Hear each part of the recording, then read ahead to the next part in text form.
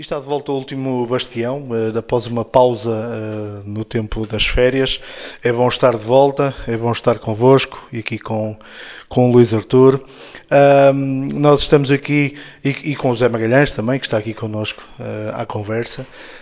Nós estamos aqui com o mesmo propósito de sempre e, acima de tudo, também para declararmos, obviamente e com naturalidade, aquilo que somos. Somos uma oposição estruturada a André Vilas-Boas, não ao Futebol Clube do Porto, como muita gente pode pensar e se diz com muita frequência pela internet fora. Nós somos contra o modelo de gestão do futebol do André Vilas-Boas e da sua administração. Somos contra muita coisa que se passou, muita coisa que foi feita e das muitas injustiças que foram cometidas pela atual administração do nosso Futebol Clube do Porto. Feita esta declaração de interesses, que será também feita aqui pelo Luís e pelo Zé. Bem-vindos, mais uma vez. Então, boa tarde a todos. Sim, este podcast é um podcast especial porque nós resolvemos assumir publicamente e dar a cara como oposição a esta direção e administração liderada por André Vilas-Boas. Já o éramos em termos individuais, nunca o escondemos, mas acho que nós precisávamos de o fazer então, enquanto manifestação de vontade de grupo. Eu lembro-me sempre de uma história num livro da terceira classe, salvo erro, em que um senhor idoso, na hora da morte, chamou os seus 6 filhos e mandou-os trazer 12 varas de madeira. E disse a cada um deles para partir uma vara, e eles partiram. E depois mandou partir a cada um deles as 6 varas em conjunto, e nenhum conseguiu partir. Ou seja, porque de certa maneira ser oposição individual faz parte da vontade de cada um, mas fazer uma oposição em grupo é sempre uma oposição mais forte. Mas o mais importante é sabermos porque é que somos oposição. Eu direi, a minha lógica que me levou a ser a oposição a André Vilas-Boas não tem nada a ver com as eleições. As eleições passaram, independentemente daquilo que nós pensemos do que aconteceu no ato eleitoral, e eu penso algumas coisas, mas cada um de nós somos democratas, apesar de às vezes o Futebol Clube Porto me acusar de antidemocrata, não sei porquê, não conhecem a minha história, mas pronto, tudo bem. Nós somos democratas, nós aceitamos os resultados. O problema é o que se está a fazer a seguir. Portanto, nós somos oposição, porque realmente esta gestão de André Vilas-Boas, como mais tarde vamos ver pelas contas que são apresentadas este ano, pode ser o caminho para o abismo do Futebol Clube do Porto. E por outro lado, há um conjunto de perseguições, começou com um conjunto de perseguições associados do Futebol Clube do Porto, e por outro lado está a destruir o gene do Futebol Clube do Porto. Isso eu e nós nunca aceitaremos e por isso somos oposição. Mas vamos ao gene do Futebol Clube do Porto. Qual é o gene do Futebol Clube do Porto? Porque às vezes também há muita confusão sobre isso. O gene do Futebol Clube do Porto não é só ganhar, é ganhar. Porque o Porto tornou-se, sob a direção de Jorge Nuno Pinto da Costa, um dos grandes clubes mundiais, à escala planetária, portanto, um dos grandes clubes mundiais.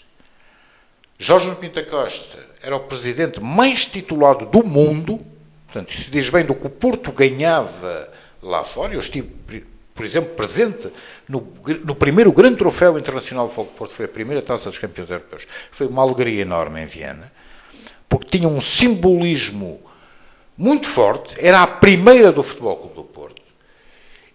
E aquilo que já estava a ser feito em termos de uma regionalização política do desporto em Portugal, só nos veio dar força a Taça dos Clubes Campeões Europeus. E por essa razão o ADN do Porto é um ADN de vitória, mas não é só isso. O Porto, o grande clube internacional, nunca se esqueceu da sua cidade e da sua região. E é pela cidade e pela região que se lutaram por valores no desporto. Eu não posso esquecer, só para dar um pequeno exemplo, E Jorge Nuno Pinto da Costa foi quem fez esta regionalização. E que neste momento está a tentar ser destruída por André Vilas Boas aos beijinhos e aos braços.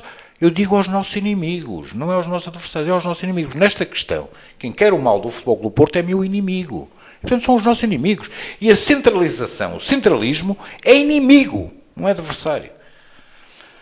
Mas eu ia dar o exemplo da primeira grande vitória de Jorge Nuno Pinto da Costa nesta luta contra a centralização, contra o centralismo. Foi, os mais novos não se lembram disso, mas o presidente da Federação Portuguesa de Futebol, que era quem mandava nisto tudo, nomeadamente nos árbitros, na arbitragem, e dependente, obviamente, de um poder central, era nomeado, não era eleito, era nomeado à vez pelo Benfica, pelo Sporting e pelo Belenenses. Portanto, o descaramento chegava aqui, não havia eleição nenhuma. A Liga BSB, não é? E a primeira vez que houve uma eleição, ganha pela Associação de Futebol do Porto, estiveram quase um ano para tomar posse, que não os deixavam tomar posse. Eram os senhores que mandavam nisto tudo. Bem, foi contra isto que o Porto, sob a liderança de Jorge Pinto da Costa, se insurgiu e, portanto, e foi um combate ganho. O Porto passou a ter uma palavra no desporto, e nomeadamente, em particular, no futebol português. Não é uma questão de controle, é uma questão, é que nós não somos nem menos, nem mais do que os outros, mas não somos menos de certeza. E, portanto, começamos a ter uma palavra. E começamos, obviamente, e isso foi fundamental para que os clubes do Norte começassem a ganhar, não foi só o Porto. Os emergentes, não é? Daí a ligação à regionalização. Não, o Braga, o Guimarães ganharam taças de Portugal, o Leixões ganhou taças de Portugal, o Beira-Mar ganhou taças de Portugal, o Boa Vista foi campeão, o Boa Vista foi campeão nacional, e nas outras modalidades. Claro, o Porto ganhou mais, porque é um clube mais representativo e com mais, digamos, massa adepta e massa adepta, com equipas mais competitivas, etc. Mas isto foi um grito de Ipiranga do Norte face ao centralismo. E é isto que se está hoje a tentar acabar. Beijinhos e abraços ao Benfica e ao Sporting. Para quê? Para eles voltarem a dominar o futebol português, como aliás já o estão a fazer? Não. E, portanto, isto é um erro político muito forte de André Vilas Boas, que merece a nossa forte oposição. E, por outro lado, André Vilas Boas acaba com esta guerra, entre aspas, externa, e abre uma guerra interna, que não se percebe porquê. Perseguindo pessoas, levantando processos disciplinares de expulsões, numa Assembleia Geral, que nós sabemos muito bem como se passou. Estivemos lá. Estivemos lá e sabemos tudo o que se passou lá. Só o Ministério Público é que não sabe. Pelos vistos não sabe. Mas, independentemente do que se passou ou não se passou, viram alguma vez Jorge Nuno Pinto da Costa, que foi eleito após o verão quente que se passou no Porto, num período extremamente difícil, político, e num período extremamente difícil, político, financeiro e económico do Futebol Clube do Porto. Muito difícil. Mas viram alguma vez Pinto da Costa abrir processos disciplinares a associados que estiveram contra ele? Nunca, nunca. Porque o Porto é somos todos portistas. E deixem-me dizer aqui uma coisa, nós somos oposição, mas nunca seremos oposição ao Futebol Clube do Porto. Agora, lutamos para que o Futebol Clube do Porto continue a ser grande. Isso é que é a nossa oposição a André Vilas Boas. E temido, não é, Luís? Porque parece que temido. Mas esta forma interna de perseguir associados do Futebol Clube do Porto é uma vergonha. Porque um clube desunido, e o Porto hoje está todo partido. Vamos lá chamar os nomes aos bois. O Porto está todo partido. E um clube partido não ganha. Não tem resultados esportivos. Pode-os ter conjunturalmente. Estou muito satisfeito com os resultados, também estou. Mas não é estrutural, é conjuntural. Um clube partido não consegue ganhar estruturalmente. E, obviamente, se há uma coisa que Jorge Nuno Pinto da Costa nos ensinou foi a ganhar. Agora, ele não fazia estas asneiras todas. E é contra isto que estamos. E eu quero só, por todas as precisões a vários associados, ao Saúl, à Sandra, etc. Não vou falar nos nomes todos, vamos esquecer de alguém. Mas eu quero falar num nome em especial. Aquilo que estão a fazer a Fernando Madureira, quer interna, quer externamente, é um nojo político. Um nojo. para não dizer outra expressão. Eu tenho dito que Fernando Madureira é um preso político em Portugal. E é um preso político em Portugal. Porquê? Porque Fernando Madureira foi, face às pressões da comunicação social, face às pressões, como dizem, do próprio Futebol Clube do Porto. E não é fácil dizer que não, porque o Porto é assistente em processos judiciais. Se não quisesse perseguir, não era assistente. O Fernando Madureira recebeu das mãos de Jorge Nuno Pinto da Costa, ainda há dias vi esse pequeno documentário, o Dragão de Ouro para os Super Dragões. Fernando Madureira fez muito, mas muito pelo Futebol Clube do Porto. Muitas das vitórias, quer nacionais, quer internacionais, se devem aos Super Dragões e à liderança competente de Fernando Madureira. Portanto, é um nojo que o Porto está a fazer a Fernando Madureira. Politicamente, ele é um Porto, a direção do Futebol Clube do Porto. A direção do Futebol Porto, quando falo do Porto, evidente, aos atuais órgãos sociais. Por isso é que somos oposição a esses órgãos sociais. Nunca seríamos oposição ao Futebol Clube do Porto. E nunca seremos. Mas só para acabar, Fernando Madureira, até porque o nosso tempo hoje é muito limitado. O Fernando Madureira é um preso político em Portugal, e é mesmo. Eu não vou contar à Assembleia Geral, não vale a pena, porque não temos tempo para isso, um dia falamos. Mas Fernando Madureira foi julgado, e por isso é que é um preso político, na opinião pública, mediante todas as pressões, de acordo com o princípio da culpabilidade. Foi julgado por aquilo que fez e não fez. Foi julgado por tudo o que as pessoas acham que ele é culpado. Só que o princípio da culpabilidade não existe na Constituição Portuguesa. Existe o princípio da inocência. E Fernando Madureira é julgado como sendo culpado de tudo e mais alguma coisa, quando é inocente. E num timing político, não é eleitoral. Isto foi, obviamente, muitos meses antes do julgamento em tribunal. Ou seja, muito antes do julgamento em tribunal. E estas coisas são, como todas sabem, politicamente, obviamente, é preciso que o 25 de Abril chegue à Justiça Portuguesa, sabem as minhas posições sobre isso, elas são conhecidas publicamente, mas obviamente isso acaba por influenciar o julgamento. O Fernando Madureira, eu estou absolutamente convencido que só pode ser absolvido agora em Tribunal Superior por uma simples razão. Porque o Fernando Madureira está realmente inocente de tudo. Está inocente de tudo. E esta prisão preventiva. E estamos à vontade para dizer, desculpa interromper, porque nós estivemos lá e vimos, não é? Já dissemos várias vezes em vários locais. A tese do Ministério Público foi seguir um determinado caminho e não seguir pelo menos em dois caminhos, de ver também o que foi feito do outro lado. Essa tese, obviamente, foi induzida. O Ministério Público, ninguém sabe quem manda no Ministério Público. O Ministério Público, obviamente, tem que ser fortemente remodulado. Deve ser fortemente remodulado. E a Justiça, isto é uma vergonha para a Justiça Portuguesa, mas é sobretudo uma vergonha para a democracia portuguesa. Porque compete à Assembleia da República, compete aos partidos políticos alterar estas coisas.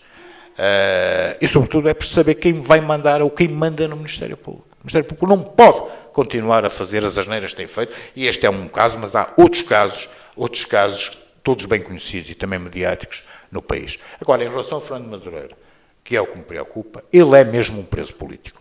Porque foi julgado publicamente por um princípio da culpabilidade, quando ele é inocente. E tem direito ao gozo da presunção da inocência em termos constitucionais. Isto tudo foi propositado e foi também para influenciar um julgamento. Mas eu estou em crer, e não tenho grandes dúvidas nessa matéria, que, dada a sua inocência, não tardará muito a que Fernando Madureira seja solto e para voltar para o Futebol Clube do Porto, porque Fernando Madureira faz muita falta ao Futebol Clube do Porto. E faz muita falta também para lutar ao nosso lado contra a destruição do ADN do Futebol Clube do Porto e lutar pelas vitórias do Futebol Clube do Porto. Fernando Madureira vai ser absolvido porque tarde, mas a justiça vai chegar. E isso, obviamente, não tem a ver com aquilo que eu penso da justiça, eu penso o pior da justiça.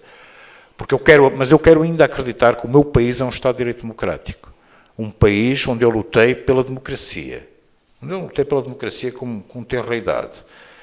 Por isso, quando o Foco Porto, esta direção, diz que eu não sou democrata, que não conheço a história da democracia portuguesa, eu quero dizer que eu vivi a história da democracia portuguesa. Não sei por ler qualquer coisa, nem pelos outros. Eu sei por mim próprio. e é em nome desse Estado de Direito Democrático que eu ajudei também, que quero acreditar que ainda existe, que a prisão preventiva de Fernando Madureira é uma vergonha para a justiça portuguesa, mas é também para a democracia portuguesa, pelo que afirmei agora. E agora... Não, Luís, eu tenho só aqui uma... Só passar a palavra... Não, vai passar? Não, a palavra ao Zé só, para também se dizer porque é que são de evidente, oposição. não, o Zé vai assumindo, assumes aí e dizes o que tens a dizer à vontade de forma seguida. Mas eu ia só para aproveitar aqui a presença do Luís. Como é que tu vês isto? Sem resultados desportivos no chamado ano zero, como é que é possível estes resultados? Estamos a falar das contas do das contas de resultados. Posso dar, João, falar? Nós vamos ter que fazer um podcast especial para as contas, porque não é fácil falar. Dedicado, de uma forma evidente. Para vermos isto em pormenor, porque não é fácil falar nisto em 5 ou 10 minutos, demora um bocadinho mais de tempo. Eu, de qualquer maneira, já analisei, embora continue a analisar, o relatório é extenso, mas as principais matérias eu já analisei. Em primeiro lugar, eu quero dizer que há um grande folclore, e com todo o respeito pelo folclore que tenho muito, um narcisismo absurdo, por um resultado líquido que se apresenta de 39 milhões de euros. O resultado é de 40,9, mas para o detentor... Para os detentores da empresa-mãe são 39,24 milhões de euros. 39 milhões de euros. Mas isto é um resultado pirro. Porque realmente isto não são as melhores contas que me por aí andam a dizer. Gente que não tem, que não sabe o que está a dizer. Incluindo comentadores da comunicação social do regime, que não fazem a mínima ideia do que é falar sobre contas, mas não fazem mesmo a mínima ideia. Limitam-se a noticiar. É evidente que... Não, fazem comentários. Não, isto é uma propaganda inaceitável. É evidente que é bom ter 39 milhões de euros de resultados líquidos, mas o que é que estes resultados líquidos sacrificaram? Isso é que é mais importante para um clube como o Futebol Clube Porto. Porque isto é conjuntural, não é estrutural. Se fosse estrutural, eu dizia, ótimo, seria o primeiro aqui a dar os parabéns à direção de André Vilas Boas e à administração da SAD. Não. Isto é meramente conjuntural, com alguns artifícios metidos no meio, e que é pirro. Isto é uma vitória de pirro, não é nada, isto não é nada. E eu provo e consigo desmontar todos estes números. Mas, repito, é bom ter 39 milhões de euros, pelo menos, olha, bate aos capitais próprios. Deriva disso, embora eu não tenha grande coisa. Eu só vou pôr aqui os óculos, porque, enfim... Isto tudo deriva essencialmente, não daquilo que é crucial, estes 39 milhões de euros, não daquilo que é crucial, e que deve ser o objetivo do SAD. Só que esta SAD, André Vilas Boas, não sabe qual é o objetivo de uma SAD, não sabe o que é uma SAD, não sabe gerir uma SAD. Uma SAD, tenho dito muitas vezes, vou repetir hoje, não é uma empresa qualquer, não é uma empresa que vende gasolina ou batatas ou cebolas, com muito respeito por esses produtos. Não. É uma empresa que vende resultados desportivos. Uma SAD, estruturalmente, vende resultados desportivos. Para vender resultados desportivos é preciso ganhar. Para ganhar é preciso ter equipas competitivas.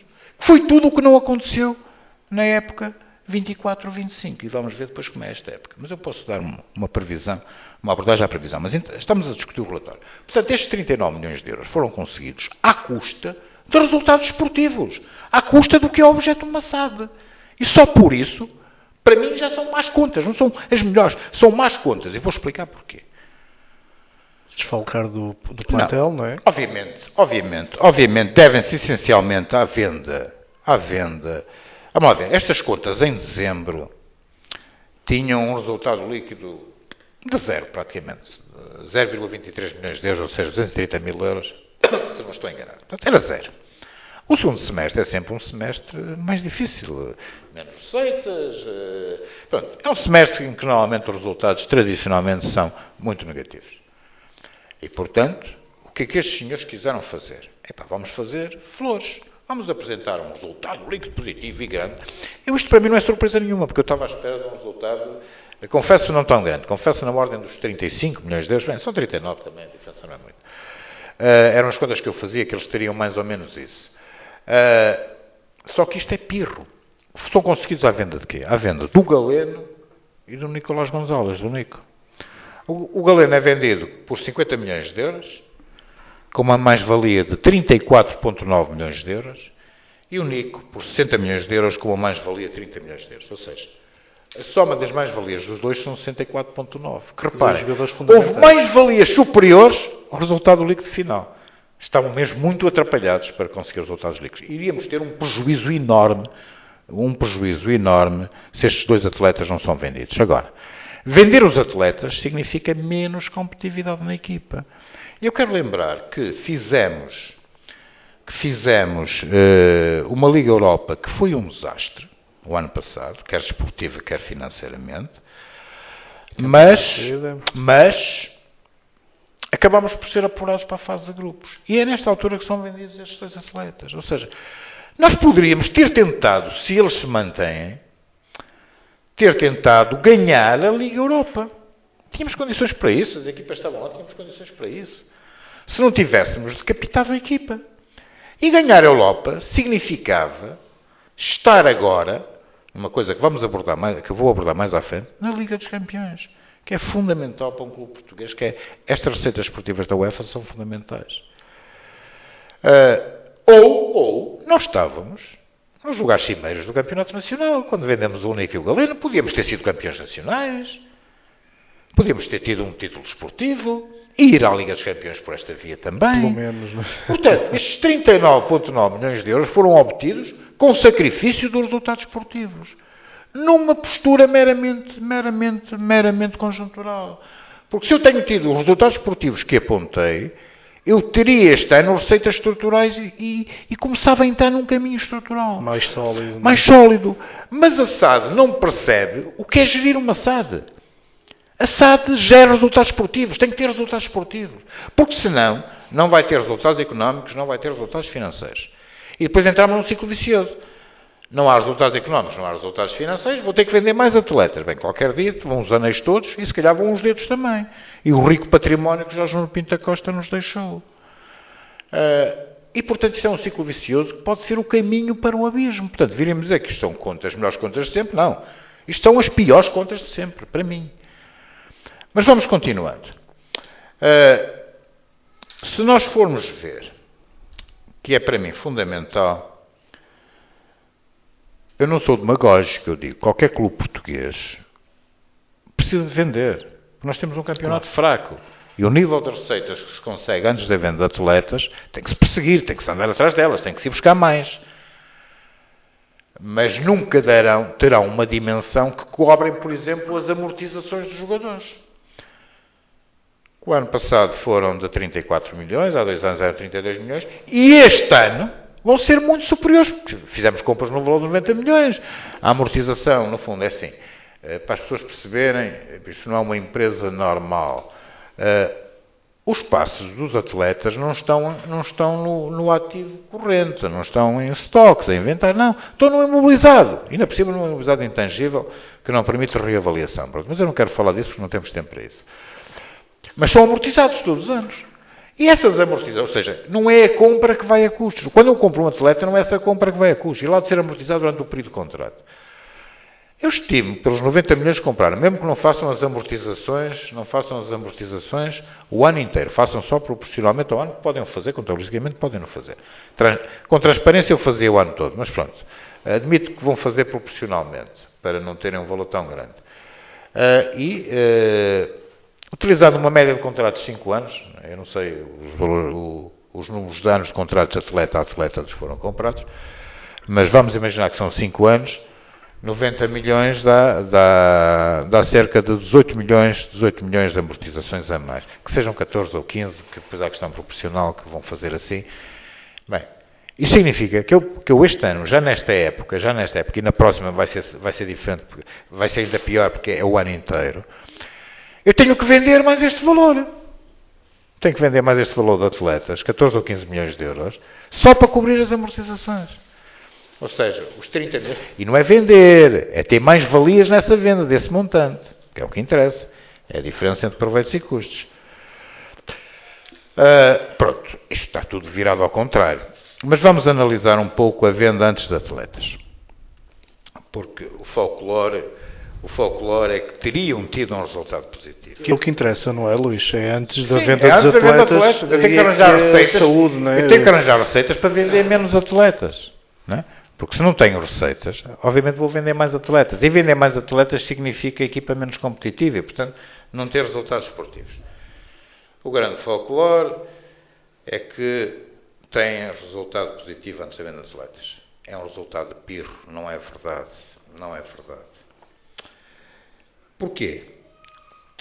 Porque na comparação, e vamos começar pelas receitas, na comparação dos proveitos, há 2 anos, portanto em 23-24, a última época de Jorge Pinto da Costa, nós tivemos de proveitos 174,5 milhões de euros. 174,5 milhões de euros.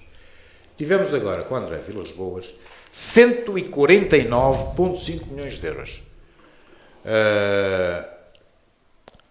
Isto dá uma diferença de menos 24,9 milhões de euros. Menos 14%, vamos dizer, pois é. Mas estavam na Liga dos Campeões e agora não estivemos. Pois não, mas fizeram uma Liga Europa vergonhosa, mas ainda tiveram um Campeonato Mundial de Clubes. As duas juntas podiam ter dado aqui uma mini Liga dos Campeões. O certo é que na Liga Europa fizeram 17,2 milhões de euros e no Campeonato do Mundo de Clubes fizeram 17 milhões de euros. Fizeram 34. A receita desportiva da UEFA cai 47,8 milhões de euros, face ao ano anterior, onde tínhamos feito 65 milhões de euros. Mas o problema é que quer a Liga Europa, quer o Campeonato do Mundo de Clubes, desportivamente foi um desastre e financeiramente foi um desastre. Não é? Pronto, parece que ninguém quis saber, não é? Mas ninguém quis saber, desportivamente. Desportivamente, quer dizer, aquilo, perdemos jogos inacreditáveis. Quer na Liga Europa, quer no... Mas parece que se perdoou a André Vilas Boas uma coisa que não se perdoava a mais e ninguém. Portanto, não é? isto aqui não tem sentido nenhum. Por isso é que este resultado é um resultado de pirro, porque foi conseguido à custa de resultados esportivos. Pronto. Estas receitas praticamente não variam. A grande queda, e é uma queda, não é um decrescimento, são as receitas esportivas.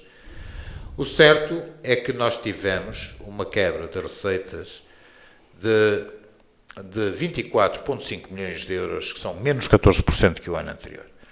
Mas se eu isolar aqui o efeito mundial de clubes, porque não é estrutural, é conjuntural, não vai existir no próximo ano, não sei sequer se quando voltar a existir, que é daqui a 3 anos. 3 anos.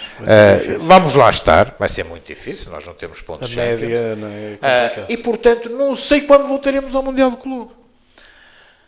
E até para comparar com o ano anterior, se eu tirar daqui os 17 milhões de euros, isto é brutal. A queda dos proveitos antes da venda de atletas foi de 42 milhões de euros, 24%. 42 milhões de euros que isto caiu. Okay. Então vamos vender atletas para compensar isto. Menos 24%. Não é? É menos 24%.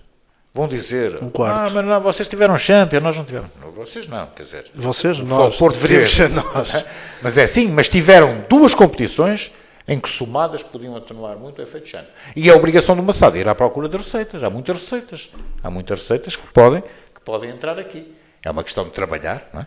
É uma questão de trabalhar. Luís, deixa-me só aqui. E Vítor Bruno e Anselmi? Deixa-me só falar nos custos. Pronto, vou falar nos custos então. Porque anda aí um folclore que...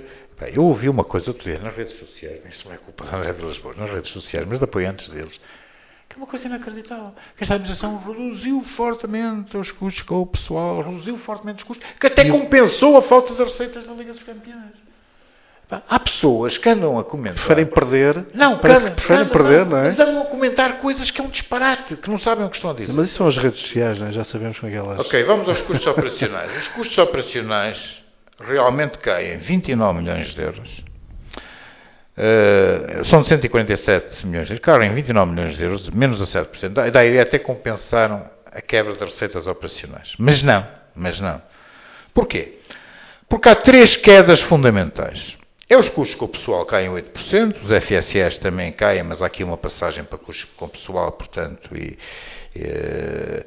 e que não é bem assim, mas fundamentalmente há aqui dois custos. Custos com o pessoal caem 8%, caem 7,4 milhões de euros, e depois eu vou detalhá-los, e as provisões que caem 11 milhões de euros. Só que o problema das provisões, isto não é real, isto não existe. Porque em 22, 23 foi feita uma previsão 10,8, eu na altura achei isto exagerado, estas previsões normalmente, digamos, é para aquilo que eu tenho indícios que possa vir a acontecer, com prejuízo futuro, clientes que não pagam, enfim, estoques que desaparecem, processos judiciais, etc. Mas o certo é que esta previsão desapareceu. Ou seja, não foi utilizada, não aconteceu. Isto é uma estimativa que se faz. E faz-se com prudência, e faz-se no fim do exercício.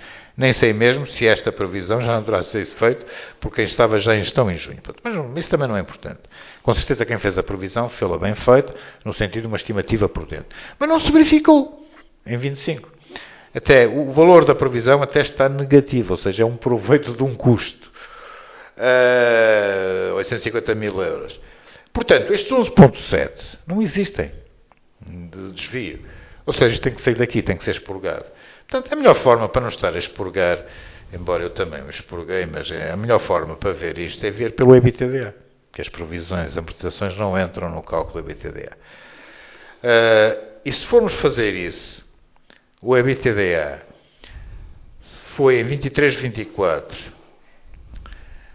de 18,7, é de 11 pontos, 11 milhões, 11,9 em 24, 25, ou seja, menos 6,7 milhões de euros.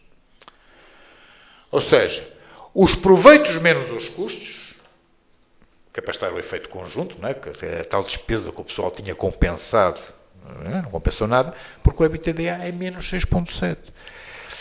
E se o EBITDA excluir a FIFA, tenho menos 23,7 milhões de euros. Quer dizer, onde é que isto podem ser boas contas? Não podem ser boas contas. Só mais alguns dados, que vêm confirmar tudo o que acabei de dizer agora. A margem bruta é menos 15 milhões de euros. A margem bruta são, digamos, os proveitos menos os custos variáveis. É a margem que fica para cobrir depois os custos fixos. Baixou 15 milhões de euros. O EBITDA, já o disse, reduziu 6,7. O EBIT é o tal que eu digo que é positivo, mas é um resultado pirro, porque sem a indemnização e sem o efeito FIFA é negativo, e altamente negativo. Só sem o efeito FIFA é menos 7,3 milhões de euros. Mas vamos avançar, depois veremos isso mais em pormenor. Nós vamos ter só quero dar aqui uma noção de... Só quero falar nas despesas com o pessoal. Sim, isto tem que ser muito escalpelizado. Falar só nas despesas com o pessoal. As despesas com o pessoal baixaram de 89 para 81 milhões de euros. Mas, há sempre um mas nisto. Vamos ser honestos nisto. Isto teve incidência aonde? Nas remunerações dos atletas técnicos, essencialmente. Que baixaram de 62 para 52. 9,9 milhões de euros, quase 10 milhões de euros. Bem, isto é um corte de custos a eito que não se faz, não se pode fazer, ninguém faz isto. Reduz-me aí 10% e corta onde entenderes. Bem, estão aqui custos reprodutivos que foram cortados, ou seja, custos que vão originar receitas futuras. Vou dar só 2 exemplos. Para isto cair 10 milhões de euros, há aqui vários cortes, mas obviamente ninguém tem a mínima dúvida, ou não tem a mínima dúvida, que é assim: Sérgio Conceição, melhor treinador português, ganhas muito, vais embora. Pepe, melhor defesa central português, tinha acabado de fazer um europeu de seleções fabuloso, melhor central europeu. Pepe, ganhas muito, vais embora. E é assim que se cortaram estes 10 milhões de euros, com estes 2 exemplos. Podem haver aqui mais alguns, mas estes 2 foi de certeza. Colocando em risco a parte esportiva novamente. Colocaram em risco a parte esportiva. E mais do que isso, uma parte esportiva, o Porto ganhava. O ano passado, os resultados esportivos são um desastre completo. Não venham com histórias. Desastre completo. Claro, interno e externo. Ou seja, andam a cortar custos, põem em causa a competitividade da equipa, mas põem em causa receitas futuras. Por isso é que estes resultados, meu Deus, não temos mais tempo. Eu gostaria de falar da diminuição dos capitais próprios, se deve unicamente à Itaca, é um resultado que tiver, obviamente, E há a reestruturação financeira que não foi nenhuma reestruturação financeira. É uma vergonha o que aconteceu. É uma vergonha. Vá lá, seguiram pelo menos aquilo que nós dizíamos em janeiro, que tinham aumentado a dívida, não aumentaram a dívida, o ativo é igual ao passivo, o passivo é igual a, portanto não há aumento da dívida, mas, quiseram apenas ter liquidez e fazer liquidez. O Porto sempre teve problemas de fundo de maneio, mas eram problemas que se resolviam, com o empréstimo aqui, o empréstimo ali, resolviam-se os problemas. Isto é muito dinheiro. Isto é muito dinheiro, excesso de liquidez, fizeram contração de empréstimos a mais, claramente, e depois, como não sabiam o que havia de fazer, andaram a pagar passivo de curto prazo, tutelado por ativos, quer dizer, mas ok, siga, andaram a fazer coisas a mais, a fazer um empréstimo nos Estados Unidos, a 25 anos, embora a maturidade média seja 16,8, salvo erro, mas a 25 anos, com 3 anos em que não estamos a pagar capital, é outra coisa, o que é preciso agora é aumentar a liquidez. Mas, apesar de tudo, têm um fundo de maneio negativo. Pouparam não, reduziram o fundo de maneio, ou melhoraram o fundo de maneio em quase 100 milhões de euros. Em 200 milhões de euros, já não me recordo. Pronto, um valor bastante substancial. Mas continua com o fundo de maneio negativo. O que não se percebe. Mas isto foi apenas empurrar com a barriga. Foi passar passivo, fazer contração de empréstimos de médio e longo prazo e abater passivo de curto prazo. Realmente abate passivo de curto prazo, sobe fortemente o passivo de médio prazo, a totalidade do ativo é praticamente indiferente. Mas tem um problema complicado. Eu estava a falar daquele empréstimo, porque aquele empréstimo vai ter custos financeiros elevadíssimos. Para já, logo a questão, e eu vou terminar, Carlos, logo a questão é só para não ficar no ar as coisas. É só porque temos aqui os ens. Eu sei, peço desculpa. Mas vai ter custos financeiros enormes, porque é um empréstimo de longo prazo e apesar de ser contraído nos Estados Unidos, onde a Reserva Federal, a seguir ao processo inflacionista, ou mediante o processo inflacionista, reduziu primeiro a taxa de referência do que o Banco Central Europeu, mesmo assim, como é um empréstimo de longo prazo, nós sabemos que o risco é maior, apesar deste estar defendido, não, de ter, digamos, a titulação de ativos, nomeadamente de receitas da nova sociedade constituída com a ETAC. Mas é um custo financeiro superior àquilo que foram os 2 empréstimos obrigacionistas feitos em Portugal. Portanto, vai crescer fortemente os juros e não me venham contraíram para pagar financiamentos mais caros, porque todos os indicadores dizem que não. Não aumentou a dívida total, mas aumentou a dívida bruta. A dívida bruta, que é a dívida financeira. Está obrigado a ser campeão e ir à Liga dos Campeões este ano. A dívida bruta passa de 255,5 para 278,3, ou seja, aumenta 22 milhões de euros, 22,8 milhões de euros, e a dívida líquida, numa ótica de caixa, numa ótica de liquidez reduzida, passa de 252 para 259, 7,9. Ou seja, nós estamos em pior situação financeira. Então, que reestruturação financeira foi esta? Foi apenas empurrar com a barriga para os jovens associados pagarem no futuro. As asneiras estão a ser feitas. Não vai haver descida de encargos financeiros. Vamos ver que não vai haver. Mas cá estaremos para ver nos próximos anos. Aumenta a dívida bruta financeira, aumenta a dívida líquida financeira. Estes são 2 indicadores muito maus. Ou significa que esta reestruturação teve muito pouca qualidade. Limitou-se a criar fundo de maneio, mais nada. Limitou-se, nós precisamos de dinheiro, queremos liquidez, queremos estar à vontade, queremos dormir sossegados. Pois só que às vezes gerir não é dormir sossegado, é dormir na luta. E portanto houve aqui um excesso. Aliás, é muito conjuntural. Ouvi o Papa Neto Lisboa a dizer que agora tinham um excesso de liquidez. Pois tinham, contraíram empréstimos a mais, mas alguém os tem que pagar. E vamos tê-los que pagar. E sabem quem vai pagar estes empréstimos? Ou fazem contratação de novos empréstimos para pagar? Seria outro erro? Não. Quem vier a seguir. Não, são os proveitos que vamos ter no futuro. E como estamos a ver cair a parte económica... É uma hipoteca, não é? Estamos a ver cair a parte económica, a parte financeira cai, e portanto é bom que o Porto comece a ganhar estruturalmente.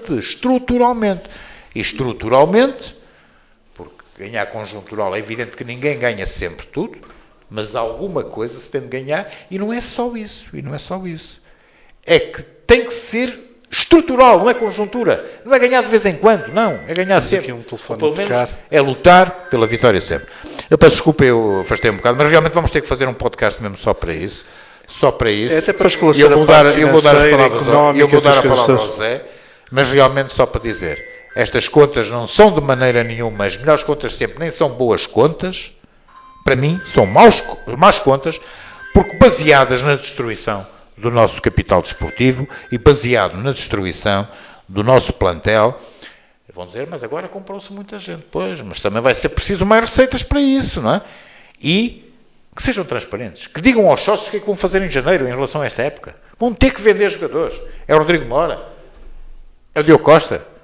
São outros vários, 4 ou 5 para vender, porque vão ter que vender. E não podem comprar. Aliás, André Vilas-Boas ouviu ontem, quando foi apresentado os relatórios, dizer assim, vamos ter de comprar, e com isto termino, vamos ter de comprar uma defesa central. Depois fugiu a boca para a verdade e disse, bem, comprar se calhar não, um empréstimo. Claro, sabem porquê? Porque as amortizações já estão a um nível elevadíssimo. E para comprar alguém, vão ter que vender mais alguém. Não é hipótese. Agora, o empréstimo com certeza, porque as amortizações são feitas no clube que empresta. E, portanto, não aumenta a administração, mas aumenta a seguir, porque normalmente são empréstimos com cláusulas obrigatórias, e sai-nos outro não PERS que tivemos de o comprar, e, portanto, aumentar as amortizações. Portanto, não vai comprar, vai ter que vender. Mas que diga isso aos sócios, que os sócios pensam que vai comprar e não vai vender ninguém, e que está tudo bem. Não está tudo bem. Estava tudo bem se estes 39 milhões de euros fossem estruturais. Mas não são conjunturais e é claramente resultados de pirro facilmente desmontáveis. E com isto dou a palavra ao Zé. Luís, obrigado. Muito obrigado pela tua análise. Zé, que estás aqui em estúdio, vai já entrar em direto. Não é em direto, mas pronto. Coloca-te aí à vontade. Bom dia. Olá, Zé Magalhães. Zé Magalhães. Zé, obrigado por estares cá também.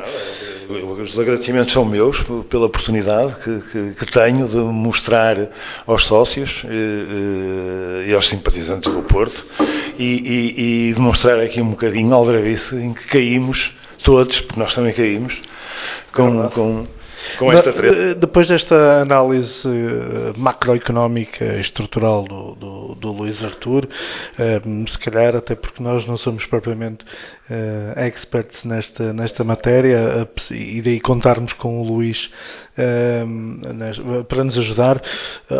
Zé, tu és muito crítico da atual direção, é conhecido que és crítico do... Sim, Carlos, eu já acompanhei isto, pá. Aquilo que o Luís disse no início da conversa, com a história da Federação, o Presidente da Federação ser nomeado pelo Belenenses, Sporting e Benfica, que, pá, muitas das vezes até era um gajo nomeado pelo Belenenses, mas com os cordõezinhos do Benfica e do Sporting. Eu acompanhei toda essa altura, acompanhei o difícil que foi reverter toda essa situação, acompanhei o difícil que foi tirar do Futebol Clube Porto um presidente que era uma bosta, e estou a falar do Américo Sá, que era um tipo vendido já a Lisboa, tal como este presidente que existe agora no Futebol Clube Porto. Este? Presidente. Muito bem. E eu justifico o presidente. Pá, este tipo, estou contra ele não é de agora, não é das eleições, nem por ele ter ganho as eleições. Eu estou contra ele porque normalmente as pessoas só me enganam uma vez. E confesso que acreditei nele em 2010 ou 11, ou coisa que vale. E acreditei nele e também considerava, principalmente no Dragão, pá, onde estivéssemos, a minha cadeira de sonho. Mas depois percebi que a dele era a de sonso.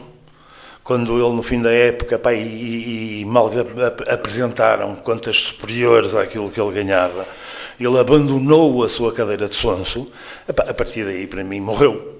Completamente. Depois percebi que morreu mesmo. Quando se candidata, da maneira que se candidata à presidência do Futebol Clube Porto, com aldrabices, daí o ser o presidente atual do Futebol Clube Porto, só aldrabices.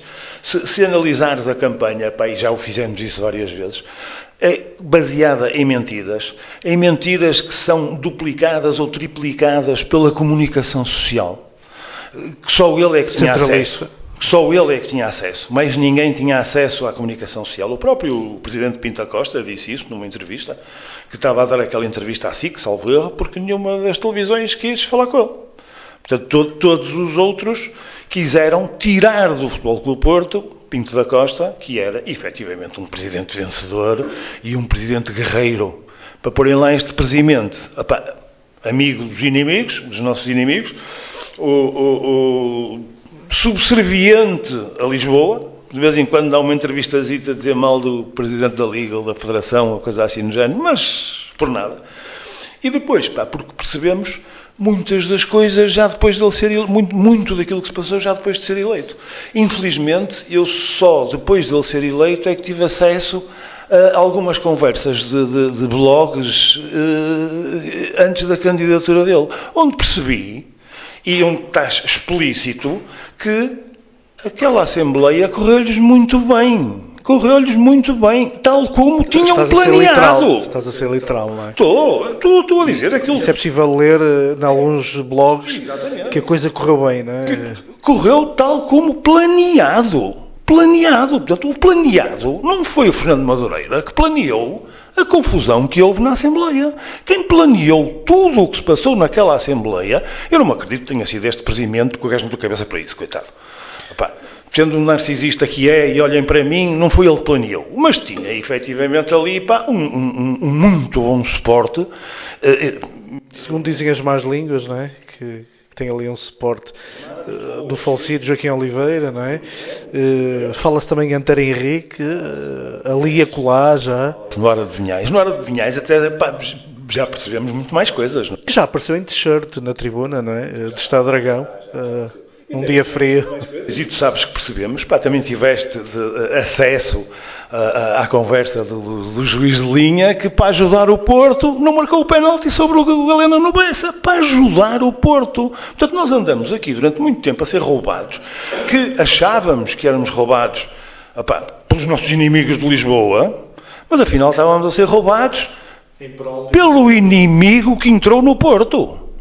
Pelo inimigo que entrou no Porto e que se tornou o presidente do Porto. Eu não tenho outra opção senão ser contra esta situação.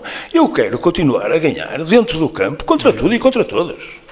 Não me incomoda nada de ganhar contra tudo e contra todos. Sempre foi assim. Isso tem que ficar vincado porque dizem-nos que dividimos e essas coisas todas, mas nós temos um orgulho e um espírito de dragão, não é?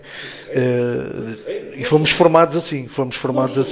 Nós ajudamos o Porto Cidade, nós ajudamos o norte do país, em toda a parte do mundo se conhece o Porto pelo Futebol Clube Porto, pelo vinho do Porto e pelos têxteis.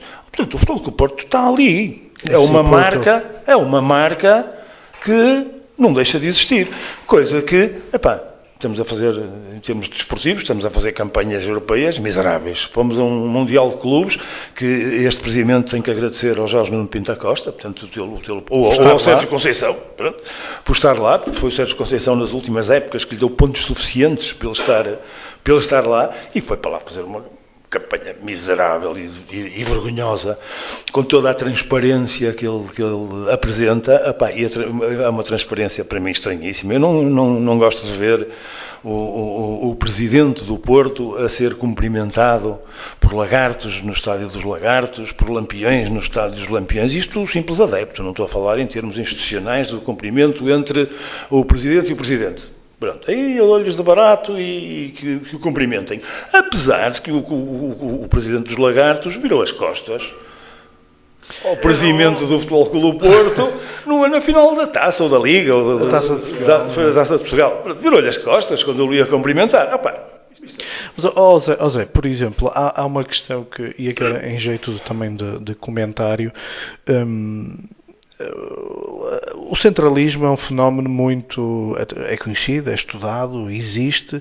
Os números e os indicadores confirmam essa desigualdade que se tende a agravar entre a zona de Lisboa, o Norte e a cidade do Porto, quer em termos económicos, sociais. Portanto, os indicadores são todos negativos e, portanto, apesar de vivermos tempos que apelam à urbanidade, à cordialidade, à relação entre instituições, há pacificação, aquele termo muito conhecido do futebol português, em que os clubes têm que trabalhar em prol da indústria, como o Luís diz, e muitos de nós também dizemos, porque somos dessa escola, no fundo, que somos regionalistas e temos essa parte política que diz respeito ao poder instituído em Portugal.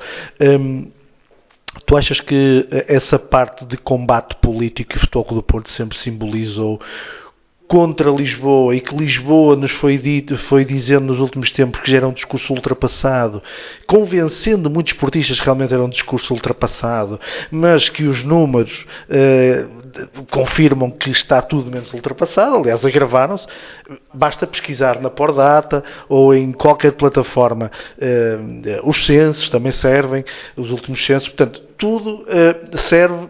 É muito fácil ir lá, sem demagogias, e verificar que a decalagem entre Porto e Lisboa é enorme. Aliás, somos a nível europeu dos países mais desiguais.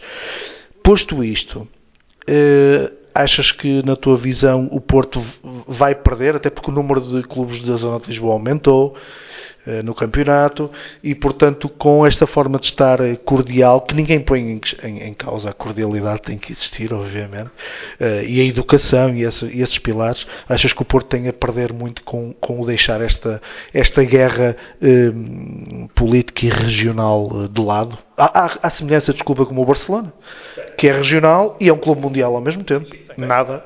Não tenho dúvidas. Se o Porto tivesse um procedimento forte, não seria procedimento, se fosse forte, não é? Exatamente. Se tivesse um presidente, acredito que todas as necessidades do Porto fossem lutadas numa situação dessas. Agora não. Voltando atrás, o Américo Sá, a partir do momento em que foi deputado da Assembleia da República, da Assembleia Constituinte, não me lembro como é que se recordava, pelo CDS, o Porto ficou para segundos planos. Se aparecer aí a Assembleia do Chelsea, o Porto vai desaparecer com este presidente.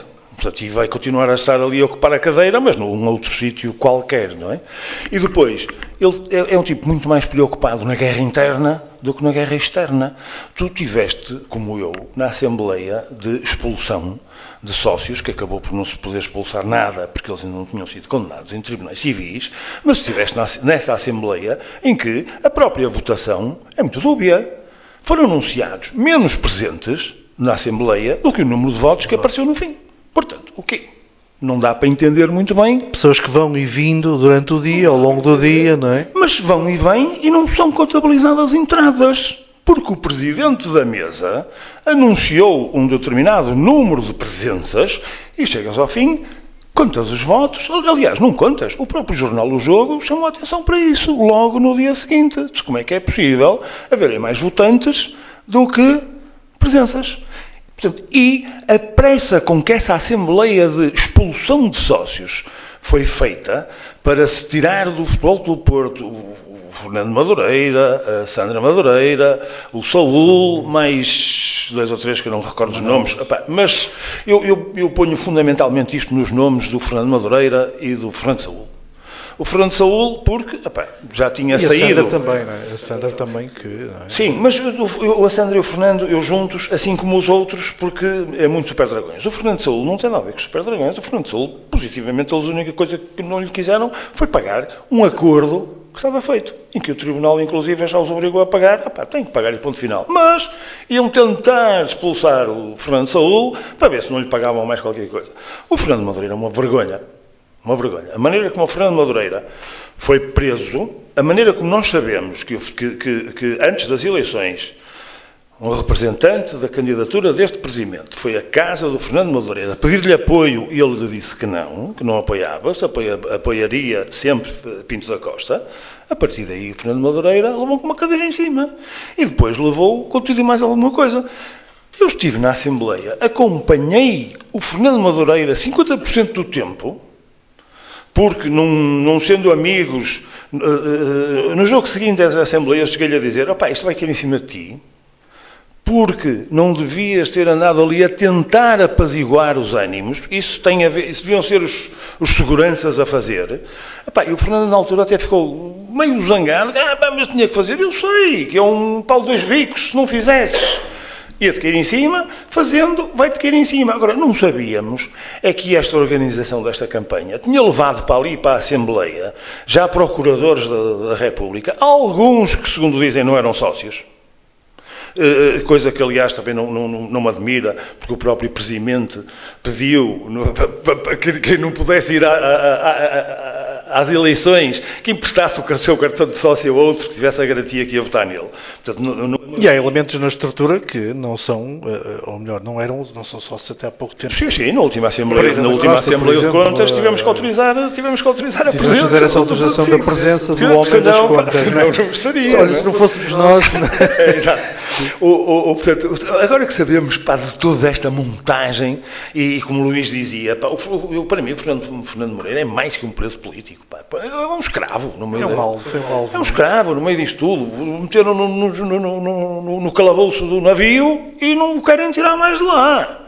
Não se sabe porquê. Eu acho que ninguém sabe porquê. Eu já questionei o Presidente da Direção, numa AG, sobre essa situação e perguntei-lhe se deu jeito, e eventualmente essa detenção, mas como foi habitual, como tem sido habitual, não há resposta. Nem sequer dá para perceber o que é que deu jeito. Ainda por cima, tudo aquilo que ele é acusado e detido preventivamente cai na justiça final. A própria juíza faz cair todas as acusações que o Fernando tinha e depois mantém-no preso.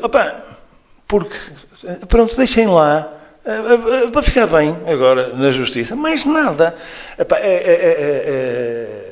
Deixa-me só acrescentar aqui uma coisa. O nosso Presidente Jorge Nuno Pinto da Costa iria ser testemunha fundamental e muito importante neste processo, mas viu com todo este stress e todas estas artimanhas a sua saúde degradar-se muito rapidamente, também em função destes ataques todos e das pseudo-auditorias, e portanto acabaram com Jorge Nuno Pinto da Costa, no fundo, mais rapidamente, não é? Um tipo muito próximo do Presidente e médico disse isso, pronto, vale o que vale, porque são coisas que Pelo visto não vale nada, nem a palavra de um médico... Conseguimos provar essas situações, mas sim, estou convencido disso. Aliás, o Presidente vivia numa tristeza incrível com esta situação da prisão do Fernando Madureira e da obrigação da Sandra também. Portanto, eles, para todos os efeitos, eram amigos. Amigos, não digo que fossem presentes diários, mas eram pessoas ligadas há 30 anos. Portanto, não é de ânimo leve que se vê aquilo que estava a passar. Uhum. Sim. E nós tivemos com o Presidente, portanto, já depois das eleições, e podemos comprovar em algumas situações, o Presidente era muito bom a não mostrar. Pois, eu ia dizer isso. O Presidente era muito bom a esconder as situações, mas eu nunca percebi que ele estivesse próximo do fim. Nunca percebi. Aliás, próximo do fim é uma coisa que para mim ainda não existe. Ainda não consegui encaixar bem essa situação. O meu telemóvel vamos ter agora um azul para lá do fim. Vamos ter agora em breve. É verdade, vamos ter um azul para além do fim. O meu telemóvel toca e eu ouço o Presidente a declamar e continua presente. Não interiorizei efetivamente que ele não está cá. Mas tudo bem. Por todas estas situações, eu tenho que estar aqui a assumir e porque me empurram para aqui também. No estádio, no Dragão. Eu ouço muita gente dizer não sei quanto, o Porto tem que ganhar, mas este gajo tem que sair. E eu tenho que estar aqui também para apoiar essas pessoas que querem que o Presidente saia. Este Presidente tem que ser posto na rua, efetivamente. Ele está a fazer muito mal ao Porto. Está a desunir o Porto. Está a escavacar tudo quanto é sócios. Quer expulsar sócios. Eu, sou sócio há 60 anos. Nunca vi nenhum sócio ser expulso. Antes, pelo contrário.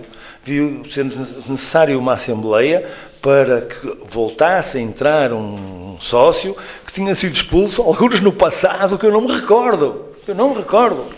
José Maria Pedroto. José Maria Pedroto, de seu nome, o verdadeiro José Maria O Pedroto. verdadeiro José Maria, Boinas, pai do Bernardino, não é? pai do Bernardino Pedroto, que em tempos, numa fase ainda mais difícil, mais conturbada, em que o Porto não ganhava nada e que teve que combater. Eu julgo que isso se passou em 67, 68, 1967, 68, e que tinham acabado de ganhar uma Taça de Portugal, o Porto tinha acabado de ganhar a Taça de Portugal, depois houve ali uma guerra qualquer que eu não me recordo, nem sei, e acabaram por expulsar o Pedroto de sócio, não podia entrar nas antas, e foi necessária uma assembleia que o Jorge Nuno Pinto da Costa obrigou que acontecesse, ainda como chefe de departamento de futebol, para todos nós lá irmos dizer, sim senhor, nós queremos o José Maria Pedroto, que deu o que deu. E portanto aí Jorge Nuno Pinto da Costa trava uma união, André Vilas Boas trava uma desunião que parece que se tenta passar que não existe, mas existe. Vês no próprio Presidente Pinto da Costa que teve toda a dificuldade que teve em entrar no Futebol Clube Porto, toda a dificuldade que teve nas lutas que teve contra os inimigos figadais de Lisboa, e agora vês este Presidente cheio de guarda-costas atrás deles, quando cruzavas-te facilmente com o Presidente Pinto da Costa em qualquer lado. Tu ias a um restaurante, corrias o risco de encontrar o Presidente Pinto da Costa e o de cumprimentar, sem necessidade nenhuma de estar a ultrapassar aqueles 4 ou 5 seguranças que te vão revistar, que te vão ver se tu tens o teu cartão de cidadão contigo para te identificar e não sei quantos. Epá, isto demonstra o regime. O que se passa neste momento no Futebol Clube Porto. Neste momento no Futebol Clube Porto. Muito obrigado, Zé. E ficamos por aqui. Não tens que agradecer. Vamos voltar em breve com... Deixa-me só dizer mais uma coisa, que é, nós efetivamente estamos aqui, estás tu, estou eu, está o Luís, mas estamos muita gente a empurrar-nos para aqui. Temos umas dezenas largas de pessoas. Aliás, se reparares aquele AVB out nas redes sociais, tu ao pôres aquele automático AVB out, já te diz que tem 16 mil partilhas. Portanto, já é... Não somos meia dúzia, como nos dizem. Amamos todos o Futebol Clube do Porto. É o clube do nosso coração. É o nosso Ainda não somos os 80% de sócios, mas somos substancialmente mais do que aqueles 20% das últimas eleições. Queremos um Porto a Porto, não é? Porto a Porto. Obrigado, Zé. Obrigado a todos.